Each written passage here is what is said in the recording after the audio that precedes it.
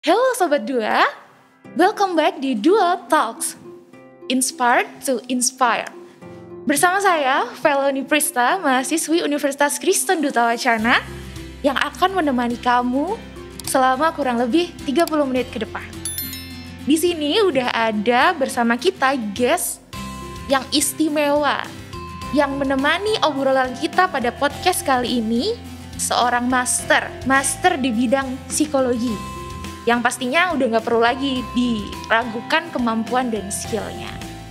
Ya, halo Kak, halo Ibu. Ini anaknya panggil siapa nih, Kak atau Ibu nih? Panggil Ibu aja deh. Oke, panggil Ibu ya. Oke. Dengan siapa nih Ibu namanya? Enaknya dipanggil siapa? Terus juga asal institusi, domisili, dan kesibukannya apa sih kira-kira ini? Iya, saya Imelda Kurniawan. Bisa dipanggil Bu Melda, Bu Imelda. Saya sekarang melayani begitu ya di Pusat Kerohanian Kampus Universitas Kristen Duta Wacana PKK UKDW. Kemudian di luar itu saya juga bersama teman-teman saya mendirikan biro sendiri begitu ya, Karisma Consulting. Kemudian saya juga punya praktek mandiri juga atas nama saya. Gitu. Kesibukannya ya sebagai psikolog tentu nggak jauh-jauh dari konseling, asesmen, kemudian ya kadang ngisi-ngisi kayak gini gitu ya, podcast atau acara-acara apa gitu. Jadi ya itu deh. Jadi disibukkan dengan hal-hal online juga ya pastinya ya Bu ya? Iya pasti. Oke. Iya oke Sobat Duo Talks, dan ini tadi kita udah kenal ya, namanya Ibu Imelda yang akan menemani episode 2 kali ini. By the way nih teman-teman Sobat Dua sekalian, episode kali ini tuh masih nyambung banget dan masih berkaitan sama episode sebelumnya yang ngebahas soal konsep WOW atau Will of Well-Being Yourself. Nah kali ini kita tuh mau fokus ke body, mind, and spirit. Nah konsep ini tuh sebenarnya mau menawarkan kepada kita, aku dan juga kamu Sobat Dua sekalian tentang upaya gimana sih menyeimbangkan 3 aspek penting dalam diri kita. Nah, episode kali ini bersama dengan Kak Imelda atau Ibu Imelda, kita akan fokus pada maksud dari Will of Well-Being Yourself dengan memberikan beberapa tips and trick yang berkaitan dengan hal tersebut. Oke, Ibu Imelda. Nah, di episode sebelumnya udah dibahas kan soal Will of Well-Being Yourself. Nah kali ini tuh kayaknya kita perlu deh ngebahas soal hal-hal praktisnya di konsep ini. Apa aja sih Kak atau Ibu? Jadi kayaknya kalau Kak tuh orang mudanya tuh keluar. Oh gitu ya, boleh deh kalau mau dipanggil Kak gitu. Oke. Ya. Apa aja gimana, sih nih Kak elemen penting dalam konsep ini? Terus kita kan juga bicara soal body, mind, and spirit ya. Ada nggak sih ciri-ciri atau contoh wujud nyata dari body, mind, and spirit yang udah mencapai keseimbangannya? Ada nggak? Ya, kalau saya sih mungkin sebelum kita bicara soal keseimbangan begitu ya, tentu kita bicara dulu soal konektivitasnya begitu ya, antara mind, body, and spirit itu begitu.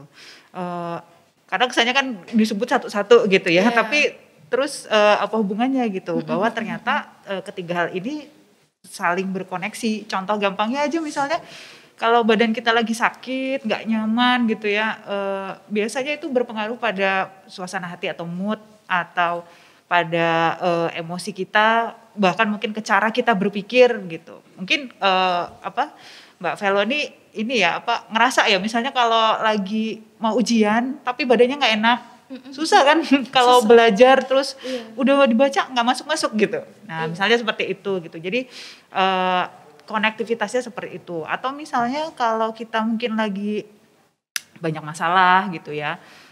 Misalnya apa nih kalau di perkuliahan atau di kehidupan kampus nih, masalah sama teman misalnya gitu ya. Masalah sama teman, sama dosen mungkin. Sama dosen gitu ya. Mungkin itu kadang-kadang mempengaruhi spirit kita. Misalnya jadi bisa jadi mungkin malas berdoa misalnya gitu, atau mungkin malas beribadah gitu ya, karena mungkin ya tadi pengaruh faktor suasana perasaan atau emosi itu gitu. Jadi itu contoh konkret bagaimana konektivitas atau kaitan gitu ya di antara mind, body, and spirit itu gitu. Nah kalau sudah tahu nih bahwa ini ternyata ada konektivitas, ada hubungannya gitu, baru deh kita ngomong soal keseimbangan. Kalau saya pribadi sih sebenarnya lebih senang mengistilahkannya dengan keselarasan sebenarnya gitu ya. Iya, karena ini sebenarnya cuma kesan seimbang tuh seperti kayak ini harus balance gitu ya. Ibaratnya kalau ukuran tuh harus sama gitu. Tapi kalau selaras tuh kan sebenarnya tidak harus sama. Tapi bagaimana antara yang satu misalnya antara tubuh dengan pikiran dengan spirit itu istilahnya berjalan selaras gitu ya, saling mengisi, mana yang kurang yang lain memenuhi, mana yang kelebihan berarti yang lain harus mengurangi bagiannya, misalnya seperti itu. Nah, contohnya adalah atau cirinya tentu ya karena kami di dunia psikologi khususnya misalnya seperti saya sebagai psikolog klinis gitu tidak jauh-jauh dari ranah kesehatan mental gitu ya. Jadi keseimbangan tubuh, pikiran dan spirit itu kan sebenarnya juga tertuang juga nih dalam definisi mengenai kesehatan mental baik secara secara internasional oleh WHO maupun di secara nasional gitu. Bahwa misalnya nih kita bisa produktif gitu ya. Kemudian kita bisa memahami perasaan kita sendiri maupun perasaan orang lain, bisa berkontribusi terhadap lingkungan di mana kita berada gitu. Jadi kalau kita punya keseimbangan yang baik begitu ya di antara tiga hal tadi gitu ya, tubuh, pikiran dan spirit gitu ya. Ciri-ciri itu tadi itu sebenarnya tampak begitu. Ada banyak ciri ya, tapi paling tidak yang saya sebutkan tadi itu gitu. Oke. Jadi di sini mungkin bisa di-highlight ya, kalau seimbang tuh bukan berarti sama, tapi ketiganya tuh selaras dan bisa saling mengisi satu sama lain, baik body, mind, and spirit gitu.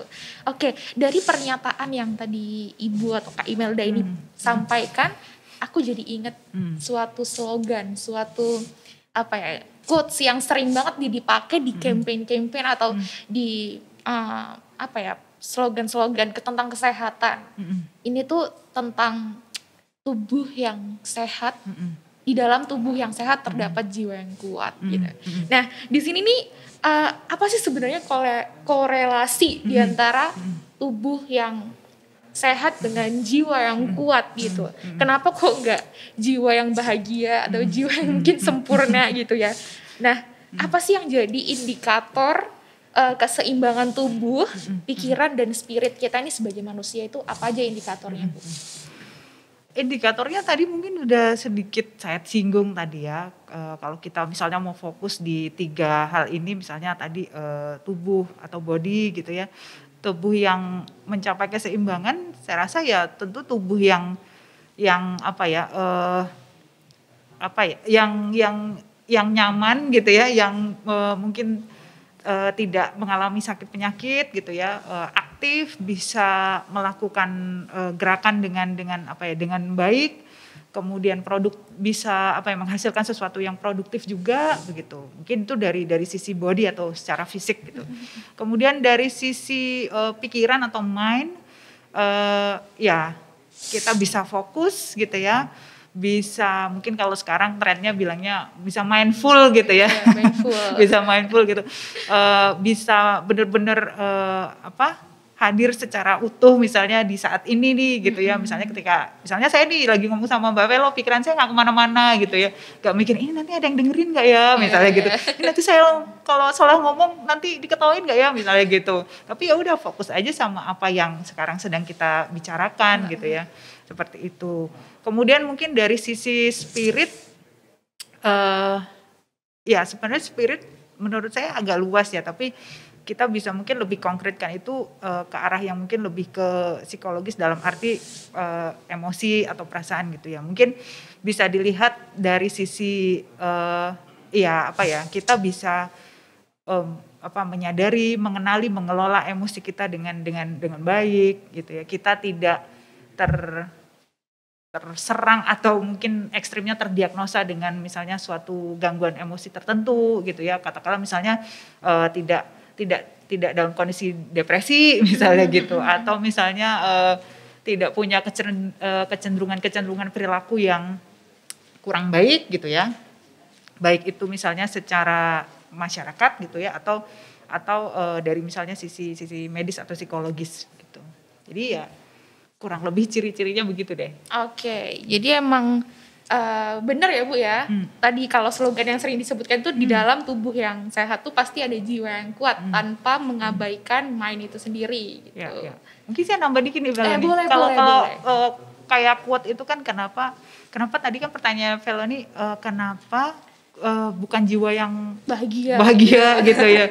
Gitu. Karena saya rasa begini, kalau tubuh kita sehat, masalahnya mencapai tubuh yang sehat itu tidak datang sendiri loh gitu.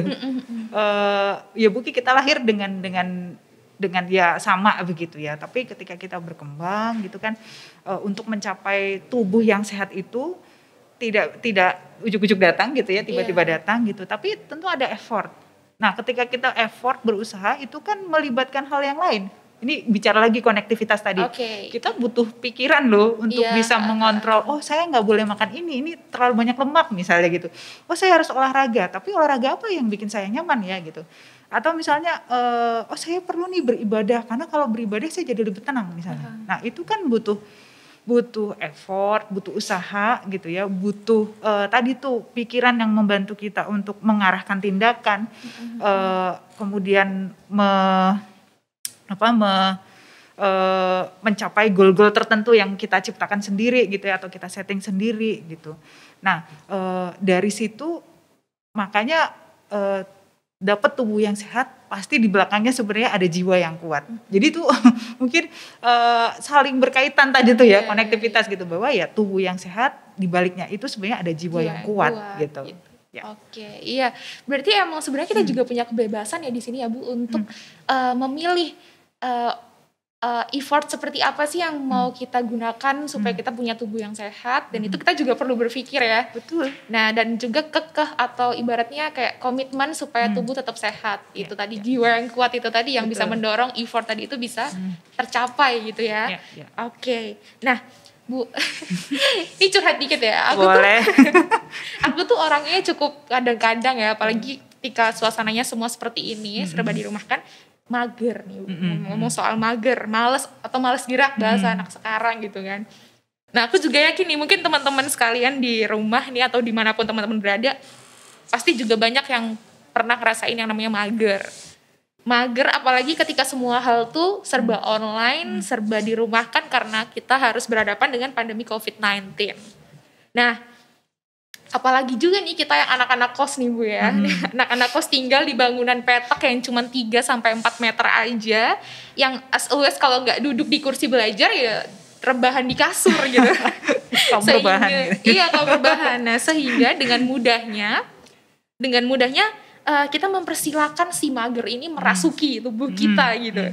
Nah, soal mager nih Bu, apa sih yang apakah si mager ini sebenarnya bisa mempengaruhi keseimbangan tubuh kita, terutama 3 aspek tadi ya yang penting, dan atau malah sebenarnya kalau kita mager tuh berarti keadaan tubuh kita tuh lagi gak seimbang gitu.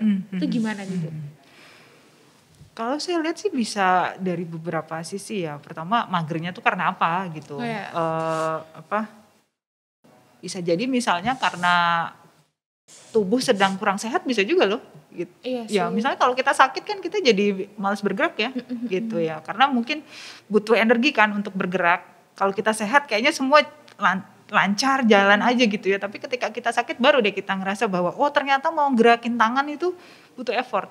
Misalnya kalau kondisi COVID sekarang, mungkin bagi yang sudah pernah mengalami itu kan, kalau kayak gini kita bernafas biasa aja.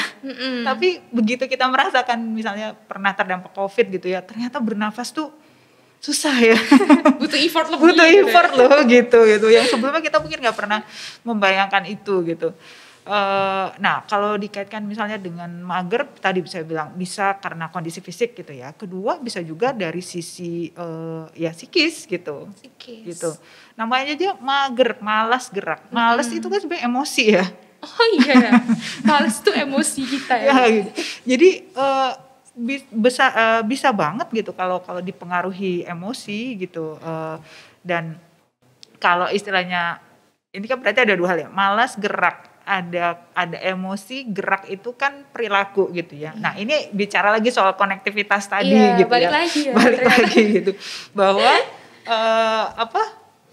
ketika kita malas gerak itu tuh tadi itu bukan cuma satu hal gitu, tapi tentu melibatkan hal lain juga gitu. Ya tadi emosi kita, mungkin kondisi tubuh kita gitu ya. Selalu kaitannya begitu gitu. Nah kalau misalnya males gerak itu, apakah tadi itu tanda bahwa tubuh kita mungkin sedang nggak seimbang atau ada ketidakseimbangan? Bisa jadi iya gitu. Karena misalnya berarti kan ada satu sisi atau bagian yang dominan gitu di antara minimal tiga inilah gitu, antara tubuh, pikiran dan spirit tadi itu, gitu. Berarti kan istilahnya kalau kita malas gerak, yang lagi dominan tuh adalah emosinya, gitu. Nah, itu harus dilihat juga kan gitu. Kenapa gitu? Kok ini yang sedang dominan gitu? Karena kalau saya sendiri sebenarnya berpendapat gitu ya. Ya kalau di psikologi itu kan ada banyak pandangan. Tapi saya salah satunya yang saya cukup nyaman gitu ya atau cukup cocok itu pandangan bahwa pikiran itu pikiran-pikiran yang ada dalam pikiran kita itu akan kalau saya bilang itu sebagai latar gitu ya, latar belakang dari munculnya emosi gitu ya. Jadi istilahnya nggak mungkin tuh ujuk-ujuk kita punya emosi tertentu tanpa sebenarnya kita punya pikiran tertentu gitu. Karena kalau seandainya kita memisahkan itu berarti ada sesuatu. Kita sedang melakukan defense mechanism gitu. Ya, kapan-kapan kita bicara soal itu. Okay. Tapi begitu gitu. Jadi sama juga kalau kita punya pikiran secara natural akan menciptakan suatu emosi tertentu. Misalnya nih kalau saya malas gerak gitu ya. Mungkin yang ada di dalam pikiran saya itu adalah aduh panas di luar gitu ya. Aduh kakinya nih capek misalnya gitu. Aduh perutnya lapar. Nanti kalau banyak gerak makin gitu. Iya, misalnya gitu. Makin capek gitu. Ya udahlah enggak usah bergerak, rebahan aja. Gitu, misalnya seperti itu gitu. Jadi itu pikiran-pikiran itu akan tadi makin menciptakan emosi misalnya malas itu gitu ya, bahkan makin memperkuat intensitasnya sehingga ya udah kita makin malas gerak gitu. Gitu. Jadi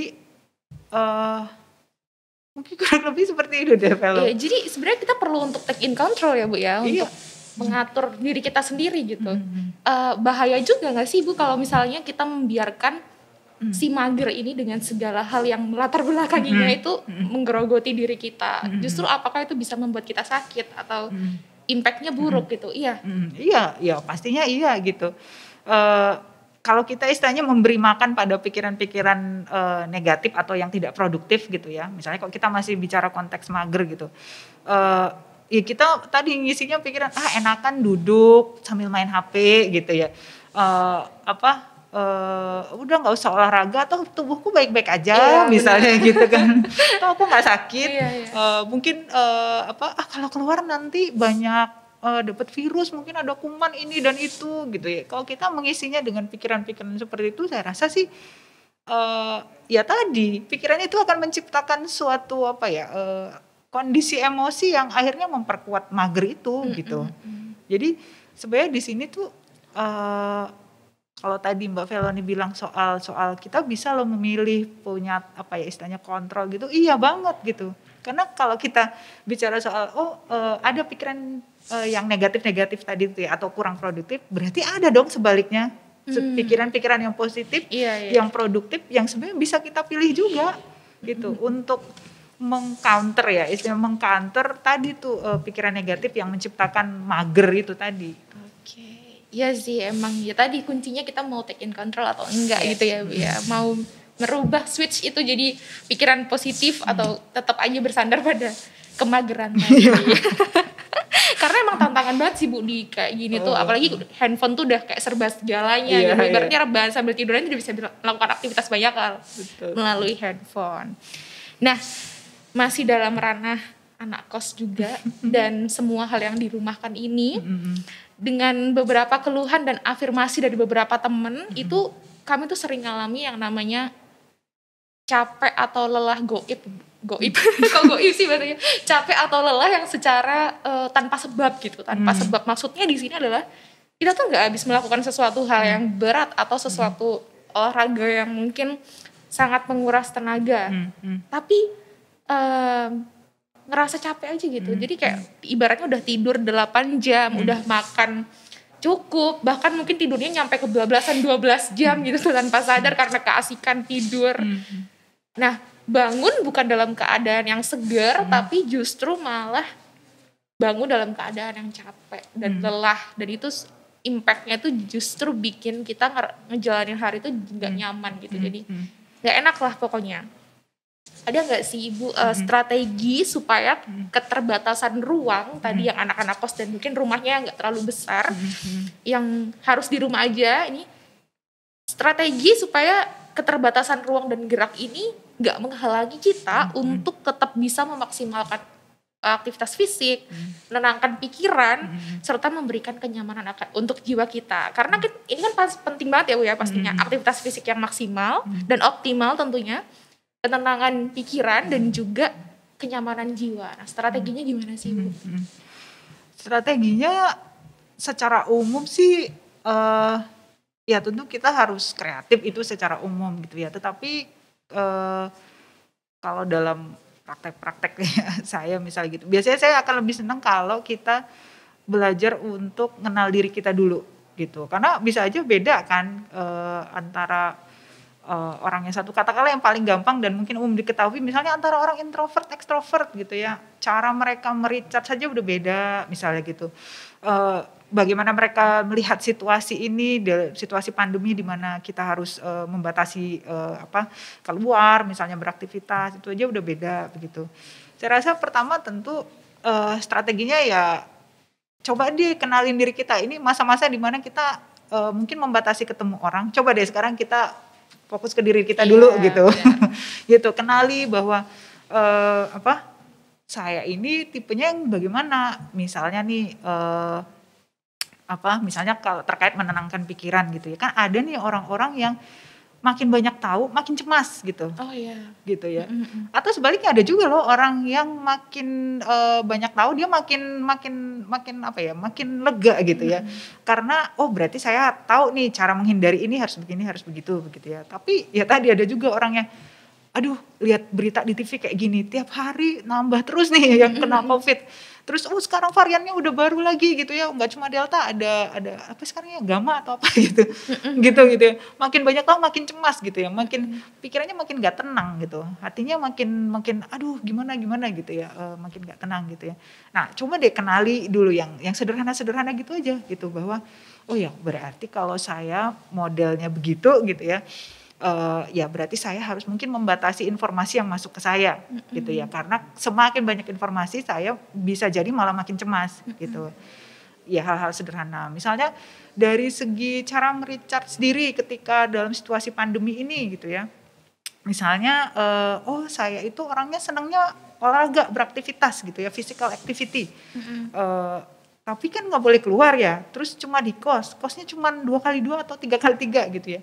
Ya udah cobalah kreatif, cari misalnya cara-cara atau olahraga atau aktivitas fisik yang kita nyaman gitu dan itu dimungkinkan dalam keterbatasan itu gitu. Misalnya workout sendiri gitu kan, Zumba di rumah. Iya betul. Buka video-video YouTube yang aerobik atau apa gitu, ya udah olahraga sendiri misalnya. Tapi misalnya bagi orang yang tadi tuh ekstrovert ya, senangnya keluar gitu ya, dapat energinya adalah ketika bertemu orang atau melihat dunia luar, ya sebenarnya boleh saja gitu, tetapi tadi protokol kesehatan kita harus benar-benar pegang gitu ya, patuhin gitu. Ya udah keluar rumah, batasi ketemu dengan orang lain, pakai masker gitu ya, sebisa mungkin tidak ke tempat-tempat yang rame gitu ya. Karena merasa aku kan ekstrovert, aku butuh ketemu orang gitu, terus sengaja memaparkan diri dengan kerumunan gitu kan. Bahaya gitu. Tapi ya udahlah, jalanlah ke tempat yang mungkin sepi, lari ke tempat-tempat yang mungkin nggak terlalu ramai, pakai masker dan sebagainya gitu. itu ya kemudian secara emosi gitu ya, kita bisa cari-cari cara merecharge diri juga nih. Misalnya nih kalau ada orang-orang yang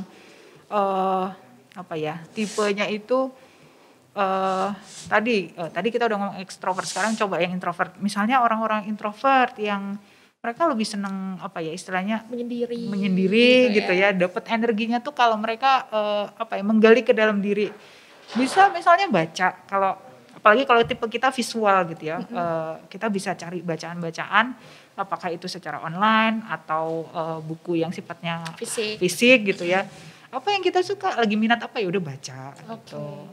Atau misalnya kalau kita tipenya auditoris misalnya gitu ya, auditoris dan kita tipenya introvert gitu ya, ya kita bisa dengerin podcast kayak kita gini gitu kan, yang gak cuma dengerin tapi dapat ilmu juga gitu. Nah bisa benar. Kan kayak gitu yang bikin kita tambah wawasan, tapi juga bikin kita tenang juga gitu. Oke. Berarti sebenarnya orang lain tuh juga perlu ya Bu untuk kita tetap menyeimbangkan 3 aspek ini tadi. Cuman ya dalam kondisi yang terbatas ini sebenarnya kita cuma perlu adaptif gitu. Tetap berteman, tetap menjalin relasi dengan orang lain, terus tetap menggali sesuatu informasi dari luar yang mungkin bisa kita pakai alat-alat yang kita punya, laptop, handphone untuk tetap dapat informasi. Sekali lagi balik lagi untuk menyeimbangkan si ketiga aspek penting tadi. Nah, ini yang pertanyaan terakhir nih Bu. Jadi kita semua nih generasi Y, generasi Z, generasi Alpha itu pasti lagi dalam zaman yang semua serba cepat. Sampai semua pengennya instan. Nah, sampai kita sendiri tuh lupa kalau sebenarnya kita butuh proses gitu kan Bu ya. Nah, sebenarnya apa sih Bu, ada nilai-nilai penting dalam proses perkembangan karakter yang perlu kita perhatikan, yang pasti perkembangan karakter ini juga mempengaruhi proses kita menyeimbangkan 3 aspek tadi. Yang kan kita nggak bisa bilang kalau perkembangan karakter ini serba cepat ya, nggak bisa cepat, pasti butuh proses. Nah nilai penting apa dari proses ini Bu, dan apa hubungannya dengan lingkungan sekitar kita? Ya pastinya tentu kesabaran ya. Karena itu dulu pertama gitu, bahwa semua itu berproses gitu. Bahkan ketiga hal itu ya, tubuh, pikiran dan spirit itu juga berkembang dengan maksudnya mereka punya tahap perkembangannya sendiri-sendiri gitu. Sama lah misalnya kita kasih contoh soal fisik gitu ya, body gitu ya. Kita kan dulu bayi ya, gak mungkin tiba-tiba lahir kayak jadi gini kan gitu. Itu kan ada prosesnya gitu. Dan ya kita kudu sabar gitu, harus sabar melewati fase itu. Sama juga loh sebenarnya dengan kemampuan pikir itu juga ada perkembangannya. Kapan-kapan kita ngomong gitu juga, karena bisa panjang gitu. Itu pun kita harus sabar juga gitu. Demikian juga spirit ya, itu juga mereka punya perkembangannya gitu. Nah kemudian mungkin ketika kita mencapai satu minimal kematangan secara fisik gitu ya, baru deh kita mulai kenal bahwa ternyata ini saling berkaitan, ada nih integrasi atau konektivitas di antara ketiga hal ini. Nah itu sudah proses lagi tuh untuk istilahnya mengintegrasikan ketiga hal itu lagi. Dan memang nggak bisa instan karena semua ini istilahnya dari hal yang paling sederhana, yang paling kelihatan lahiriah aja itu berproses. Nggak bisa minta tiba-tiba lahir jadi besar, tiba-tiba lahir langsung bisa mikir gitu ya. Atau tiba-tiba kita langsung jadi orang yang sangat beriman misalnya gitu ya. Itu kan juga ada turun naiknya gitu ya. Seperti itu. Nah kaitannya dengan orang lain gitu, iya tentu saja karena manusia makhluk sosial gitu kan. Itu secara umum. Tapi yang lebih spesifik atau bisa kita lihat dari kaca kita sendiri adalah bahwa kita tuh sebenarnya butuh validasi. Misalnya nih misalnya kalau saya marah terhadap sesuatu gitu kan. Saya secara objektif, yang subjektif versi saya marah gitu kan. Tetapi belum tentu orang menangkap kemarahan saya loh gitu.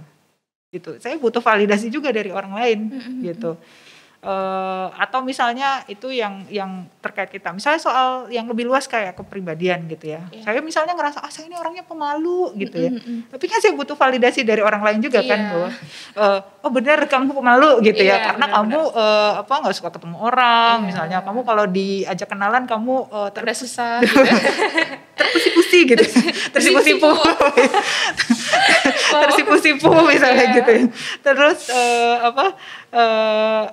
iya tadi butuh validasi dari pihak-pihak di luar kita lah gitu. Itu sebabnya nggak mungkin sih kalau menurut saya kehidupan kita secara pribadi itu dilepaskan dari kehidupan orang lain gitu. Bahkan nih saya kadang mikir ekstrimnya gini, manusia tuh mau hidup sendiri di mana gitu. Kita ke hutan aja ketemu hewan-hewan. Bener banget gitu. Ketemu pohon-pohon gitu. Kita ke laut ketemu ikan-ikan gitu. Kita ke udara ketemu burung-burung, ketemu awan gitu. Jadi nggak bisa gitu. Apalagi kalau kita mau hidup di realita dunia seperti ini, nggak mungkin kita lepas dari orang lain. Bener banget. Gitu. Jadi keberadaan orang lain itu sangat penting bagi kita gitu ya. Minimal tadi untuk validasi apa sih yang sedang terjadi pada kita gitu ya. Supaya kita lebih objektif untuk melihat sesuatu juga, nggak cuman melihat dari sisi kita gitu ya. Tapi bahaya banget itu pasti. Nah, iya betul gitu. Satu perspektif aja. Betul. Jadi kita butuh validasi dari pihak itu supaya kita mampu melihat sesuatu itu dengan lebih objektif begitu. Ya, tentu harapannya ketika melihat sesuatu lebih objektif, kita juga bisa cari solusi yang lebih tepat gitu ya, lebih solutif gitu. Oke, wow, amazing. Jadi sebenarnya emang menyeimbangkan 3 aspek ini emang butuh proses ya Bu. Kita nggak bisa serba instan, nggak bisa cepet, nggak bisa. Pokoknya kita harus sabar lah ya. Betul. Demi keseimbangan ini, demi tubuh yang sehat, demi pikiran yang baik dan positif, demi jiwa juga yang kuat atau spirit yang terus hidup gitu ya. Oke, sobat Duo Talks. Nah, kita punya beberapa media sosial nih yang bisa teman-teman akses biar nggak ketinggalan info-info dan tips-tips atau updatean terbaru dari tim. Nah, pastinya sobat Duo Talks bisa dengerin episode-episode podcast ini di Spotify dan YouTube channel kita, yaitu dengan username Duo Talks, dan juga di Instagram dan juga TikTok dengan @duotalks. Dan updatean terbaru untuk podcast ini setiap Sabtu jam 6 sore. Dan kita juga disiarin ulang nih di Radio Petra FM setiap hari Jumat jam 12 siang. Oke, cukup sudah nih kayaknya Ibu ya untuk topik Will Well-being Yourself, Body, Mind, and Spirit. Terima kasih banyak karena udah sharing, kasih banyak hal insight baru yang amazing banget. Dan bisa dengerin secara gratis ini juga pasti informatif banget ya Bu ya. Oke teman-teman, pesanku satu sih, jangan pura-pura bahagia karena itu gak akan pernah bikin kita bahagia. Ya, jangan lupa buat menjaga kesejahteraan batinmu dengan menyeimbangkan body, mind, and spirit. Aku Felony Prista bersama dengan Ibu Imelda. Pamit undur diri, sampai jumpa di episode berikutnya di jam dan hari yang sama. Bye-bye and have a good day.